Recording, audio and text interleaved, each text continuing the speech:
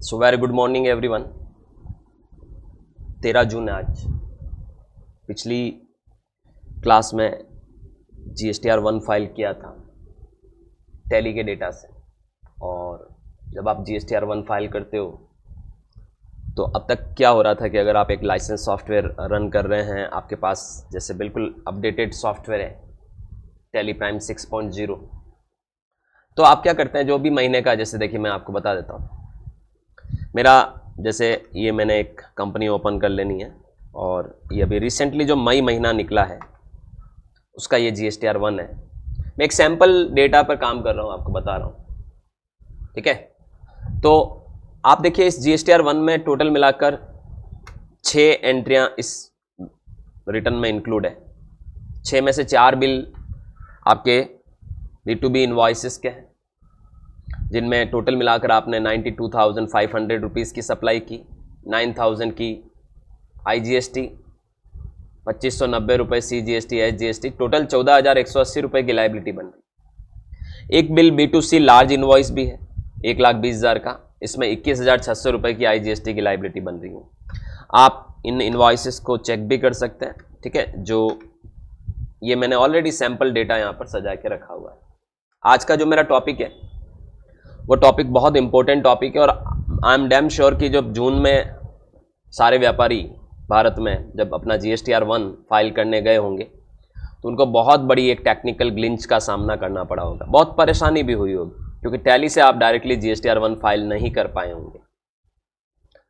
अब तक आप कर रहे थे तो टैली बहुत इजीली आपके डेटा को अपलोड कर रहा था, और बहुत इजीली आप GSTR मतलब without going on GST portal आप टैली से डायरेक्टली, मैंने भी बहुत सारे वीडियो बनाए, आपने देखा कि जहाँ टैली से सीधे सीधे GSTR1 हमने भरा।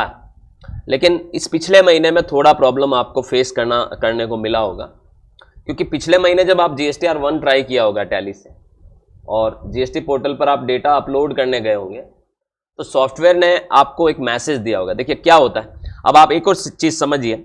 B2B में 4 बिल है, B2C लार्ज में 1 बिल है, और एक सप्लाई मैंने जानबूझ करके B2C में भी डाली हुई है 14,000 रुपये की, जिस पे 1260 का GST बन रहा है। टोटल मिलाकर अगर हम देखें तो इन 6 बिलों पर हमने 2,26,500 रुपये की सप्लाई की, 30,600 रुपये की IGST, 3,850 की CGST SGST, यानी टोटल मिला के 38,300 रुपये आपकी लाइबिलिटी मान लो मई महीने की है, राइट। अब क्या प्रॉब्लम आई और क्यों आई, इस पे बात करना बहुत जरूरी है।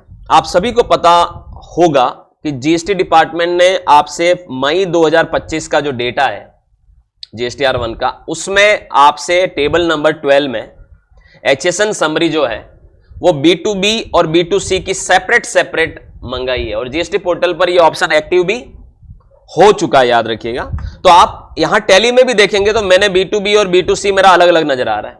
अच्छा, ये डायरेक्टली आपको कभी नजर नहीं आएगा, आपके पास टैली बिल्कुल अपडेटेड है, आपने अपना TSS रिन्यू करवा रखा है, तो ये फंक्शन आपको मिलेगा।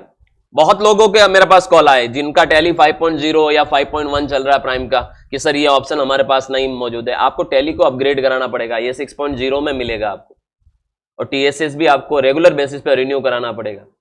जैसे जैसे GST डिपार्टमेंट बदलाव कर रहा है ना चीजों में, सॉफ्टवेयर कंपनियां भी अपने सॉफ्टवेयर को क्या कर रही है, अपग्रेड कर रही है। लेकिन वो सॉफ्टवेयर कंपनियां आपसे समय समय पर आपके सॉफ्टवेयर को अपडेट करने का, रिन्यू करने का एक सर्टेन चार्जेस लेती है, समझ रहे हैं। तो आपने वो रिन्यू कराना पड़ेगा, आपके पास भले ही लाइसेंस सॉफ्टवेयर है। तो ऐसे केस में आप देखिए ये जो सेग्रीगेशन है B2B सप्लाई के HSN का और B2C सप्लाई के HSN का, ये सेग्रीगेशन कैसे मुमकिन हुआ, ये सबसे बड़ा टास्क है, जो आप में से बहुत लोगों को शायद पता भी होगा, और नहीं पता है तो मैं बता दूं। F11 में आपको जाना होता है, आपके पास टैली प्राइम 6.0 है, तो उसमें आपने जो GST डिटेल इनेबल कर रखी है, उसी के जस्ट नीचे एक ऑप्शन आता है सेट अल्टर GST डिटेल, उसको आपको यस करना होता है। जब आप इसको यस करते हैं, यहां पर आपको मोर डिटेल में जाना है, और मोर डिटेल में शो मोर करना है, तो सबसे लास्ट में एक ऑप्शन आपको नजर आ रहा होगा, separate B2B and B2C HSN summary applicable from. यहां पर आपको 1 अप्रैल 2026 नजर आ रहा होगा, आपको इस पर क्लिक करके इसे 2025 करना है, क्योंकि ये एप्लीकेबल कब से हो गया, 2025 से ही हो गया। तो 25 करने के बाद आप इसको सेव कर दीजिएगा, और सेव कर दीजिएगा। आपका ये सेग्रीगेशन हो जाएगा जीएसटीआर 1 में, यहां पर एचएसएन समरी में आपका ये अलग अलग नजर आएगा, B2B और B2C डाटा। अब जनरली हम लोग क्या करते हैं, हमारा जब जीएसटी रिटर्न पूरा तैयार हो जाता है, डॉक्यूमेंट समरी भी अब अनिवार्य कर दी है, तो डॉक्यूमेंट समरी भी सॉफ्टवेयर ऑटोमेटिक उठा लेगा, ठीक है। तो आपका जब पूरा टैली ने जीएसटीआर 1 प्रिपेयर कर लिया, अनसर्टेन ट्रांजैक्शन में कोई भी डेटा आपको नजर नहीं आ रहा है, सारा डेटा जो रिलीवेंट है इस रिटर्न के वो सब कुछ एग्जैक्टली वही नजर आ रहा है जहां नजर आना चाहिए। दिस इज योर जीएसटीआर 1 जो आपको फाइल करना है। तो अभी तक आप क्या करते थे, एक्सचेंज में जाते थे, ऑल जीएसटी ऑप्शन में जाते थे और अपलोड जीएसटी रिटर्न पे क्लिक करते थे। ये सारा डेटा टैली आपको सजाकर यहां से आप सेंड ऑनलाइन करते थे। लेकिन जब अब इस महीने आप ऐसा कर रहे हो तो एक प्रॉब्लम आपके सामने आ रही है। वो प्रॉब्लम ये आ रही है कि यहां पर एक मैसेज डिस्प्ले होता है। देखिए ये डमी डेटा है तो मैं आपको ये सिर्फ समझा देता हूं कि जितने भी लोगों ने यहां से डेटा भेजने की कोशिश की होगी उनको एक मैसेज आया होगा कि आपको जीएसटी ऑफलाइन टूल डाउनलोड करना होगा। डायरेक्टली आप इस डेटा को जीएसटी पोर्टल पर भेज नहीं सकते, एरर आ रहा है। तो ऐसे केस में आपको क्या करना होता है, ऐसे केस में आपको यहां से एक्सेल की फाइल जनरेट करनी होगी। तो जब आप में से बहुत लोगों ने बहुत सारे यूट्यूब पे वीडियो भी देखे होंगे कि यहां से एक्सपोर्ट करना है आपको इस डेटा को, और एक्सपोर्ट करके वो पहले वाली प्रोसेस देखिए, दो तरीके से आप टैली से डेटा जीएसटीआर 1 फाइल करते आए अब तक। जब इनिशियल लेवल पर आपने टैली ने अपना ये फीचर लॉन्च किया तब आपको एक्सेल में अपने डेटा को एक्सपोर्ट या जेसन फाइल बनानी होती थी और जेसन को ले जाके आपको अपलोड करना होता था। और जो दूसरा पैटर्न था, दूसरे पैटर्न में आप डेटा एक्सेल में ले जाओ, फिर ऑफलाइन यूटिलिटी टूल में उस डेटा को इंपोर्ट करवाओ और वहां से जेसन जनरेट करके आप टैली पे अपलोड कर दो। और जो तीसरा एकदम लेटेस्ट जो प्रोसीजर था, यहां पर ये सब कुछ झंझट मारी नहीं थी आपको, सीधे सीधे आप यहां से डेटा को अपलोड करो जीएसटीआर 1 में और यहीं से फाइल कर दो। लेकिन वो अभी दिक्कत आ रही है इस महीने में। तो आपको यहां पर क्या करना है, डेटा को एक्सपोर्ट करना है। और मैं देखिए मैं डेटा को यहां पर एक काम करता हूं एक्सेल फॉर्मेट में। जेसन में करोगे तो जेसन में एरर दिखाएगा, जेसन अपलोड नहीं होगी, ध्यान देना। तो आपको एक्सेल में इसको क्या करना है, एक्सपोर्ट करना है। देखिए मैंने जीएसटीआर 1 का डेटा मई महीने का एक्सेल में एक्सपोर्ट कर रहा हूं मैं, पूरा का पूरा डेटा।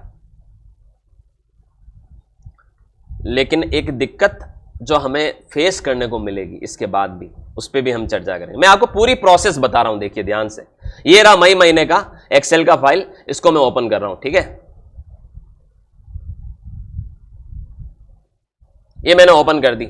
अब देखिए ये पूरा का पूरा जीएसटीआर 1 का डेटा टेबल वाइज नजर आ रहा है यहां पर। ये सारा ये B2B वाला सारा डेटा आ गया। आप देखिए कोई दिक्कत नहीं है इसमें। तो पूरा का पूरा आप देखिए B2B के चारों इनवॉइसेस नजर आ रहे हैं, पार्टियों के GST number, invoice date, amount वगैरह सब कुछ नजर आ रहे हैं।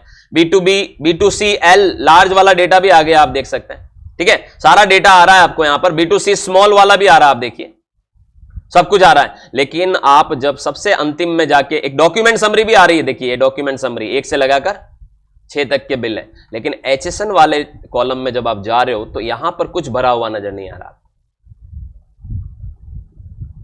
ये दिक्कत कर रहा है।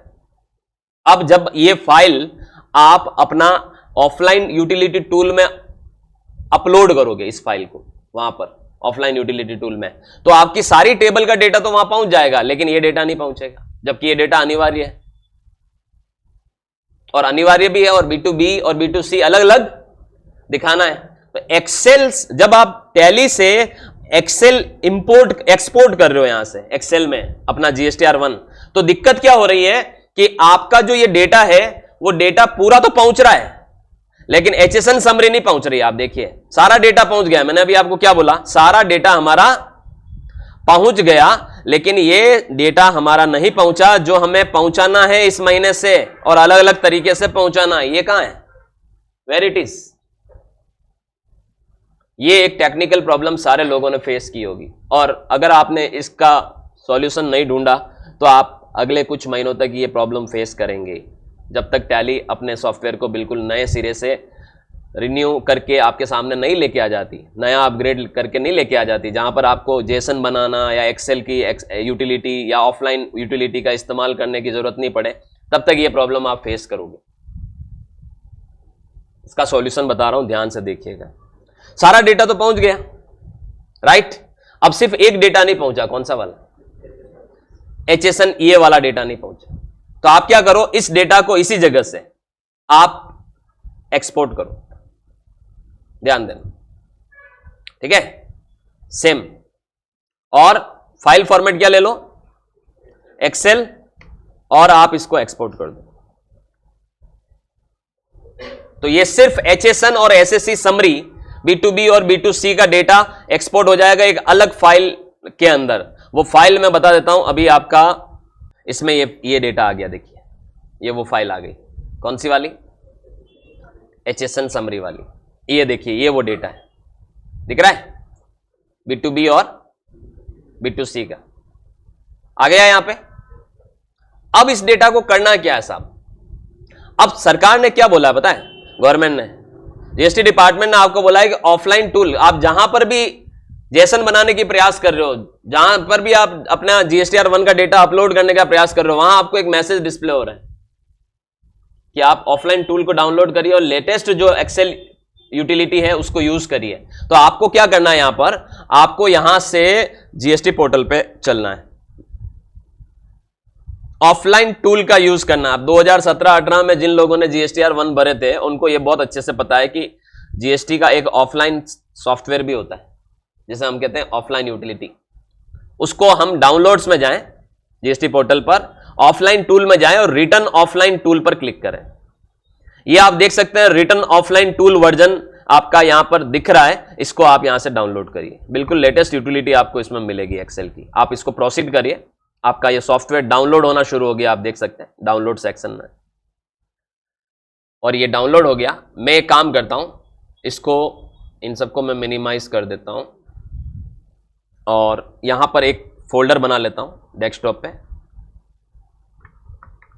Offline tool, GST offline tool, ठीक है। और ये जो मेरा डाउनलोड में जो वो जिप फोल्डर आया होगा उसको मैं उठा के इधर लेके आता हूं। सो आप देख सकते हैं सबसे लास्ट में जिप फोल्डर आया है, इसको मैं यहां से कट कर दूं और इसमें लाके इसको पेस्ट कर दूं। मैंने उसको बिल्कुल सेपरेटली बाहर नहीं रखा है, मैं उसको एक फोल्डर में लाके पेस्ट कर रहा हूं, क्योंकि अभी मुझे इसको एक्सट्रैक्ट कराना पड़ेगा। कभी भी कोई जिप फोल्डर होता है उसको हमें क्या कराना पड़ता है, एक्सट्रैक्ट करना पड़ता है, ताकि उसके अंदर के जो भी फोल्डर्स फाइल्स वगैरह है वो आपके लिए ओपन हो जाए, अवेलेबल हो जाए। ये देखिए ये आ गया इसमें। अब आपको क्या करना है, इसको राइट क्लिक करके यहीं पर एक्सट्रैक्ट करना है, एक्सट्रैक्ट हियर। जैसे आप एक्सट्रैक्ट करेंगे इसी नाम का एक नॉर्मल फोल्डर नजर आएगा आपको, इसमें जाना है तो इसमें आपको ऑफलाइन टूल का ये एक सॉफ्टवेयर नजर आएगा, एप्लीकेशन नजर आएगा, जीएसटी ऑफलाइन टूल। इस सॉफ्टवेयर का इस्तेमाल आपको जेसन फाइल बनाने के लिए करना पड़ता है। किसमें, तो देखिए मैं बताता हूं आपको इस सॉफ्टवेयर का इस्तेमाल मैं कैसे करूंगा। मैंने इसको डबल क्लिक करके इंस्टॉल करना अपने सिस्टम में। आपको यह भी ध्यान में रखना है आपके पास जावा सॉफ्टवेयर ऑलरेडी मौजूद होना चाहिए आपके सिस्टम में, तभी यह सॉफ्टवेयर रन करेगा, क्योंकि यह जावा इनेबल्ड यूटिलिटी है। सो मैंने ये देखिए सी ड्राइव में जीएसटी ऑफलाइन सॉफ्टवेयर इंस्टॉल करने जा रहा हूं, एक डेस्कटॉप पे मैं इसका आइकन भी बनाने जा रहा हूं और मैं इसको इंस्टॉल कर रहा हूं। आपको नोटिस करने की जरूरत है कि अभी देखिए मैंने आज 13 तारीख है, मैंने कल एक रिटर्न फाइल किया और इसमें अपलोड हो जाएगा वो रिटर्न, ठीक है, GSTR1 का। तो मई महीने का ये ओरिजिनल रिटर्न है, उसमें मैंने तरीका भी बताया था ये कैसे करना है। लेकिन ये जो मैं तरीका बता रहा हूँ ये तरीका आपके लिए बहुत ज़्यादा फ्रूटफुल रहने वाला है। अगर आप अपने जीएसटी रिटर्न में अटक रहे हो तो किस तरह से फाइल करना है। मई 2025 के रिटर्न में बढ़ते वक्त जून में बहुत दिक्कतें लोगों को फेस करने को मिल रही है, ये प्रोसेस अपनाना पड़ेगा अगर आप अपने सॉफ्टवेयर से रिटर्न फाइल कर रहे हैं। जो लोग डायरेक्टली ऑनलाइन डेटा चढ़ाकर फाइल करते हैं उनके लिए तो कोई दिक्कत नहीं है, जब भी सॉफ्टवेयर या पोर्टल पे कुछ चेंजेस होगा तो वो उस चेंजेस के अकॉर्डिंग डेटा फीड करेंगे, लेकिन जो सॉफ्टवेयर पर काम करते हैं उनके लिए दिक्कत वाला मामला है। तो वैसे केस में आपको रेगुलर अपडेट रहना पड़ेगा और आपको उसके तरीके ढूंढने पड़ेंगे। अब देखिए ये सॉफ्टवेयर जब आपका इंस्टॉल हो जाएगा ना, तो इंस्टॉल होने के बाद तुरंत बाद ये सॉफ्टवेयर आपका ओपन हो जाता है, याद रखिएगा। डेस्कटॉप पे देखिए एक आइकन बन गया और ये आपका फिनिश जैसे ही करोगे आपका ये क्विक लॉन्च हो जाएगा सॉफ्टवेयर, ठीक है। अब एक चीज और समझिए आप, इसमें एक एक्सेल की GSTR1 की फाइल भी दिख रही है 2.0, एक GSTR1 की टेम्पलेट फाइल भी दिख रही है 2.1 और एक GSTR2 की भी फाइल दिख रही है टेम्पलेट फाइल। अब देखिए ये पहले 2.0 चला करती थी, अभी बदलाव हुआ है इसमें, तो ये नई फाइल आपको यहां पर नजर आ रही है GSTR1 की न्यू टेम्पलेट फाइल, ठीक है। इस फाइल को हमें यूज में लेना है, तो इस पे मैं क्लिक कर रहा हूं। ये मेरी फाइल GSTR1 की यहां पर टेम्पलेट फाइल क्या हो रही है, ओपन हो रही, न्यू टेम्पलेट फाइल। इसमें भी आपको वो सारी की सारी देखिए बॉक्सेस नजर आ रहे हैं, दिख रहे हैं, पूरी टेम्पलेट फाइल है। अब आपको इस टेम्पलेट फाइल में कुछ नहीं करना। देखिए जो आपने टैली से जो फाइल डाउनलोड की ना, ये फाइल पूरी पूरी चली जाएगी, आप पूरा पूरा डेटा चला जाएगा ऑफलाइन टूल में, HSN को छोड़ के, ठीक है। जैसे मैं बताता हूं आपको, ये टैली वाली फाइल आपकी कहां पर है मौजूद, एक बार मुझे ये भी देखना पड़ेगा ये फाइल कहां पे मौजूद है।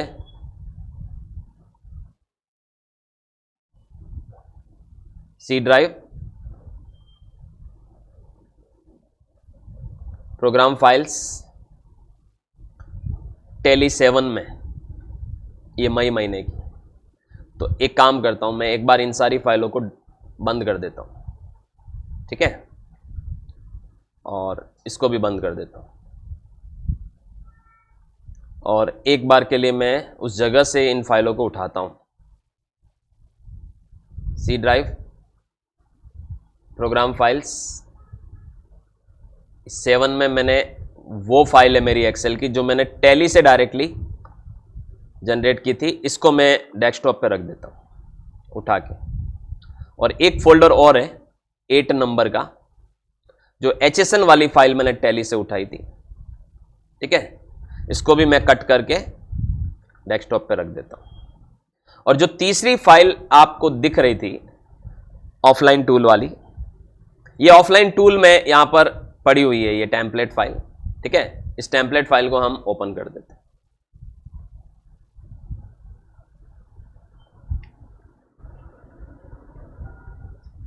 मतलब हमारे पास टोटल एक्सेल की कितनी फाइल हो गई, 3 फाइल होगी।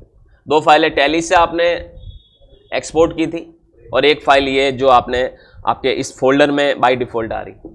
इस फोल्डर वाली फाइल में आप कोई भी डेटा भरे नहीं भरे, कोई दिक्कत वाली बात नहीं, ठीक है। इस फोल्डर वाली फाइल में आपको सिर्फ क्या करना है मैं बताता हूं आपको। ये जो B2B देखिए यहां पर दिख रहा है आपको, B2B HSN अलग दिख रहा है और B2C अलग दिख रहा है, ये टेम्पलेट फाइल्स है, B2B और B2C। तो आपको ये B2B वो एक्सेल वाली फाइल, आप समझिए, ये आपका ये सारा आपका डमी डेटा है, इसमें जो दिख रहा है वो, ये देखिए B2B, ठीक है। और बाकी इसमें कोई भी डेटा आपको नजर नहीं आएगा, कोई भी आपको देखिए डेमो डेटा इसमें नजर नहीं आ रहा है। इस फाइल में दिख रहा है आपको, कुछ भी डेटा नजर नहीं आ रहा है। सिर्फ कहां डेटा भरा हुआ नजर आ रहा है, HSN B2B और HSN B2C में। वो सिर्फ इसलिए दिख रहा है ताकि आपको समझ में आ सके आपको करना क्या है,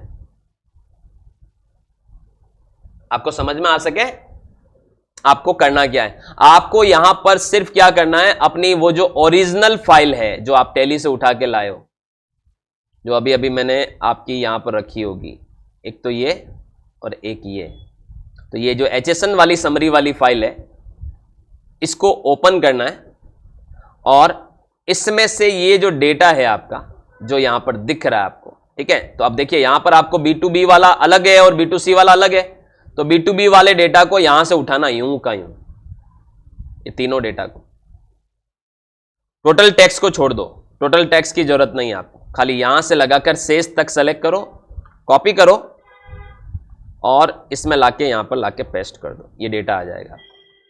सेम फॉर्मेट है, समझ रहे हैं, यूं का यूं आपने ये डेटा, और ऑटोमेटिक ही आप देखिए, अगर आप देखोगे ऊपर ऑटोमेटिक सब फॉर्मूले लगे हुए हैं, तो आपने 3 HSN है, 3 आ गए।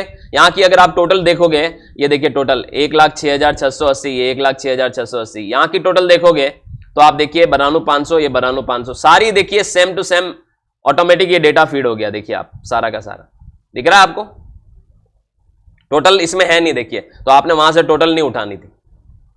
सेम टू सेम आपको किसके लिए करना है, B2C के लिए करना है। इसको यहां से कॉपी करो और इसमें आके B2C में जाओ, और यहां लाके इसको पेस्ट कर दो, ऑटोमेटिक ये ऊपर वाला अपडेट हो जाएगा, देखिए आप, और आप इस फाइल को सेव कर दीजिए। अच्छा, ये GSTR1 की नई एक्सेल यूटिलिटी है, याद रखिएगा। इसमें आपको ई कॉमर्स द्वारा सेल कर रहे हो वो भी आएगा, याद रखिएगा। E commerce, B2B, e commerce, ये सारी देखिए बहुत सारी नई नई आपको इसमें टेबल्स नजर आएगी। आपको HSN B2B और HSN B2C वाला डेटा इस तरह से फीड कर देना है, और अब आप इस एक्सेल यूटिलिटी को क्या कर दो, सेव कर दो, ठीक है। अब मैं आपको GST ऑफलाइन टूल का यूज करना सिखा रहा हूं। ये रहा ऑफलाइन टूल, और इसको आप बंद कर दो, आपको इसकी जरूरत नहीं है। This is offline tool.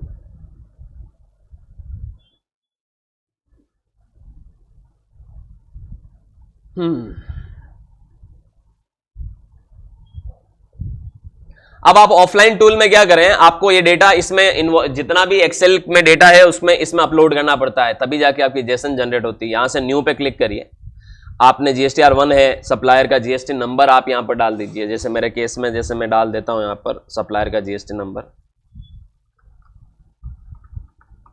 एक डेमो नंबर मैं यहां पर डाल रहा हूं। This is for learning purpose. Financial year आप डाल दीजिए, मई महीना था तो मई डाल दीजिए। अब आप अगले महीने जब भरोगे तो जून डालोगे। आप special economic zone tax payer नहीं है तो आप इसको नो कर दीजिएगा। क्वार्टरली फाइलर हैं नहीं है तो आप इनको नो करना आपको, ठीक है। तो जैसे ये नो बटन पे क्लिक करिए। आपका टर्नओवर 5 करोड़ से ज्यादा है या कम है, तो अगर आप कम है तो नो कर दीजिए, ज्यादा है तो यस कर दीजिए। ये ऑप्शन आपको यस नो करना है और आप प्रोसीड करिए। जैसे आप प्रोसीड करेंगे और आप आगे बढ़ेंगे तो ये आपकी इंपोर्ट फाइल वाला ऑप्शन आपके सामने आ जाता है। अब इसमें जो तरीके होते हैं ना, अपने को जो इंपोर्ट फाइल के 2 तरीके होते हैं। एक तो होता है पूरी की पूरी एक्सेल की फाइल को इंपोर्ट कर लो। अब जैसे पूरी की पूरी फाइल को आप इंपोर्ट करने जाओगे, जैसे मैं इंपोर्ट एक्सेल में जा रहा हूं और मेरी वो फाइल मैंने अभी कहां रखी थी, डेस्कटॉप पे। कौन सी वाली फाइल बताओ, कौन सी वाली फाइल? जो पूरे GSTR1 की फाइल है, ये वाली फाइल। इसको आप यहां से अगर ओपन करते हो, ठीक है, और यस करते हो तो आप देखिए इसमें आपका जो डेटा नहीं आ रहा है। देखिए पॉसिबल रीजन कि भाई आप यहां पर कई सारे ये मैसेज, मैक्सिमम लोगों के एरर मैसेज आ रहा है। There are lots of reason जिसकी वजह से ये इंपोर्ट नहीं हो पाएगी फाइल। उसमें से देखिए यहां पर बहुत सारे रीजन दे रखे, लेकिन एक ही रीजन मेन है, वो है HSN कोड जो है वो का एरर है। ये वार्निंग मैसेज सबको आ रहा है, आप इसे इंपोर्ट नहीं कर पाओगे, ये पूरी की पूरी फाइल इंपोर्ट नहीं हो रही है। ऐसे केस में आप क्या करें, सेक्शन वाइज इंपोर्ट करें। क्या करें? Section wise. तो हमारे केस में आप समझिए, हमारे केस में उस एक्सेल वाली फाइल में कौन कौन सा डेटा है, B2B में है, तो आप एक B2B सेक्शन ले और कॉपी एक्सेल करिए। कॉपी एक्सेल की फाइल को भी ओपन कर दीजिए। मैं बताता हूं आपको एक्सेल की फाइल कौन सी, ये वाली GSTR1 की। आपका जो जो डेटा है उसको कॉपी करिए आप। जैसे मैं बताता हूं, सबसे पहला डेटा मेरा कौन सा है, B2B वाला। मैं इसको यूं का यूं यहां से कंट्रोल A करूं, कंट्रोल C करूं और यहां लाके यहां पर कंट्रोल V कर दूं। वो मुझे बोलेगा आप डेटा को सेव करना चाहते हैं। मैंने कहा हां जी, एरर आ रहा, कुछ ना कुछ गड़बड़ है, ये गड़बड़ हो सकती है। इनवैलिड डेटा एक्चुअली में क्या है, ये टैली में इनवॉइस नंबर क्या बताता है, इनवैलिड बताता है, समझ रहे हो। तो अब अगर मैं इसको चेंज करता हूं, इससे एक चीज और सीखने को मिलेगी।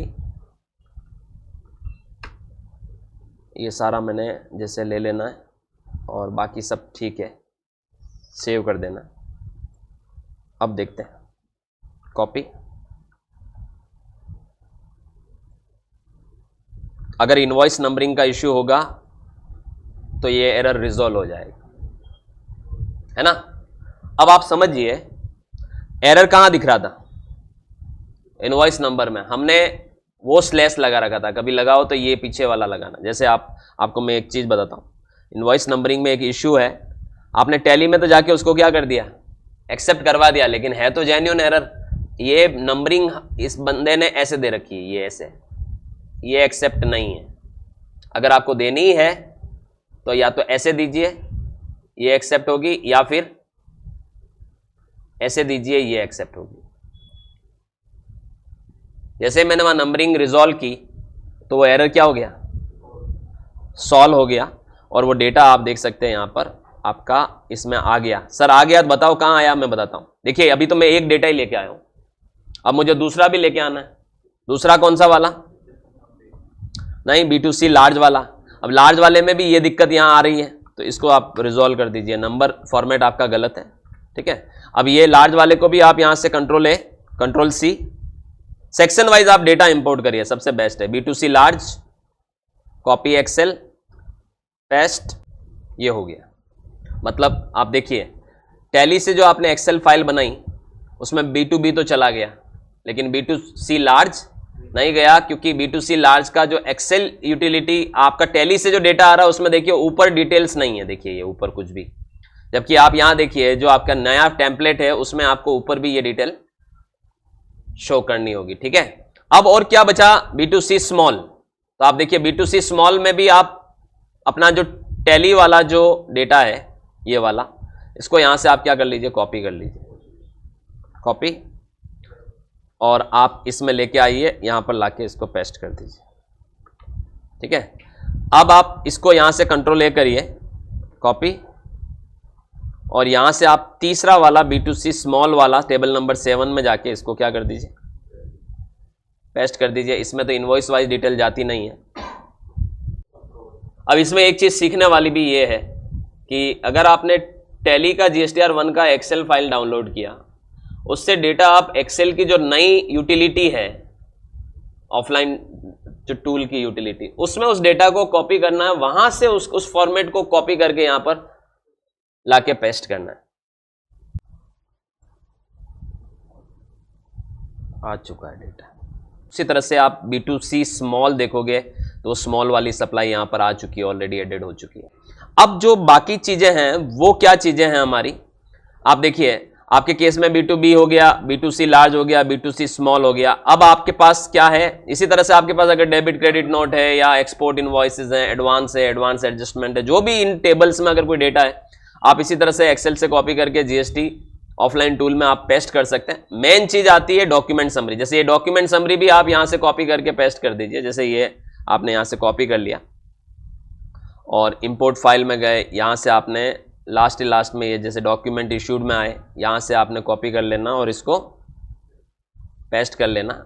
एरर जो आएगा वो एरर आएगा आपका, देखिए एरर क्या है वो भी आप समझिए। एरर ये आएगा कि आप जो डॉक्यूमेंट समरी डालने जा रहे हो उसमें ये नंबर एक्सेप्ट नहीं करेगा सॉफ्टवेयर, इस तरीके का ये डैश ये सिंबल एक्सेप्ट नहीं कर रहा है, तो आपने इसको क्या करना है, सुधारना है।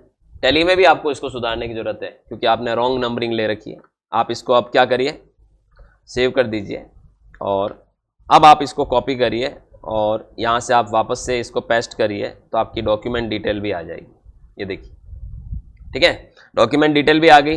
अब आप इसको बैक करके डॉक्यूमेंट डिटेल को भी देख सकते हैं। ये देखिए डॉक्यूमेंट इश्यूड में ये नंबर आ गया। वो गलत तरीके का एक सिंबल यूज कर रखा था नंबरिंग में, तो टैली में भी एरर दिखा रहा था और वो अगर आप यहाँ पर एक्सेल फाइल में इंपोर्ट करने जाओगे तो भी एरर दिखाएगा डेटा इंपोर्ट के केस में।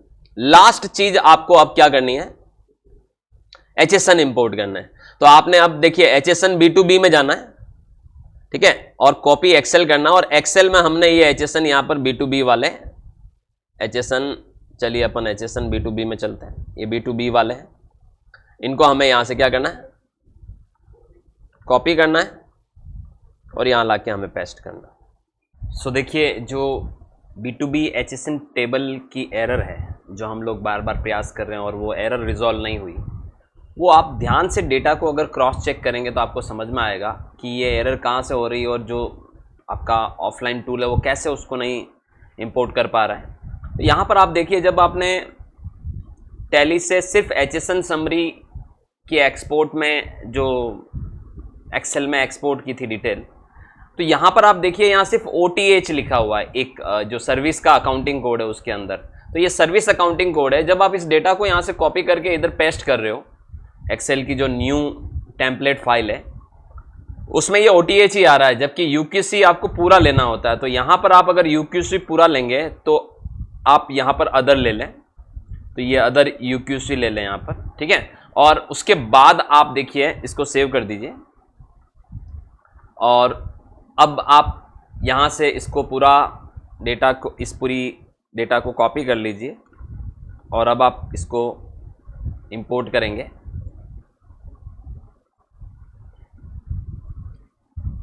तो 1 बाय 1 आपको यहाँ पर इंपोर्ट करना होगा डेटा सेक्शन वाइज। तो ये आप यहाँ पर HSN B2B में जाएं, एक्सेल को कॉपी करें डेटा को, और यहाँ पर लाके पेस्ट कर दें। अब देखिए वो आपका एरर जो है वो रिजॉल्व हो गया, और ये B2B वाला जो HSN है आपका यहाँ पर पेस्ट हो गया। सेम टू सेम आपको B2C के लिए भी करना। हालांकि GST डिपार्टमेंट ने यहाँ पर एक चीज़ क्लियर की है कि आप जब B2C वाला डेटा होगा, उस डेटा को आप अगर नहीं भी डालते हैं तो कोई दिक्कत वाली बात नहीं, B2B HSN रिपोर्ट करना आपको मैंडेटरी है। तो इसमें भी आप यहाँ से इसको UQC को सुधारें, सेव करें, और इस टेबल को पूरा सेलेक्ट कर लीजिए, कॉपी करिए यहाँ से डेटा को, और यहाँ से आप अपना सेक्शन बदल दीजिए। वापस से एक्सेल में कॉपी करिए इसको, और आप जैसे ही पेस्ट करेंगे आप देख सकते हैं ये आपका HSN डिटेल यहाँ पर क्या हो गया है, पेस्ट हो गया है। ओके, अब आप व्यू समरी कर सकते हैं। तो आप देख सकते हैं अभी तक आपने जो जो भी टेबल यहाँ पर डाली है, सारी टेबल आ गई। आपका B2B वाले 4 इनवॉइसेज आ गए, जो आप टैली में भी देख सकते हैं। टैली में अगर हम अप्रैल महीने का मई महीने का GSTR 1 देखने वाले हैं, आप देख सकते हैं यहाँ पर आपका टैली में जो डेटा है, आपका 4 इनवॉइसेज है B2B में 92,500, और टोटल मिलाकर आपका 14,180।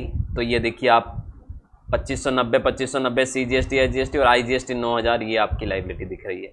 B2C लार्ज में भी अगर आप देखेंगे 21,600 की IGST की लाइबिलिटी दिख रही है। B2C स्मॉल में देखोगे तो आपको 1260 CGST SGST यहाँ पर नजर आ रहा है, 1260।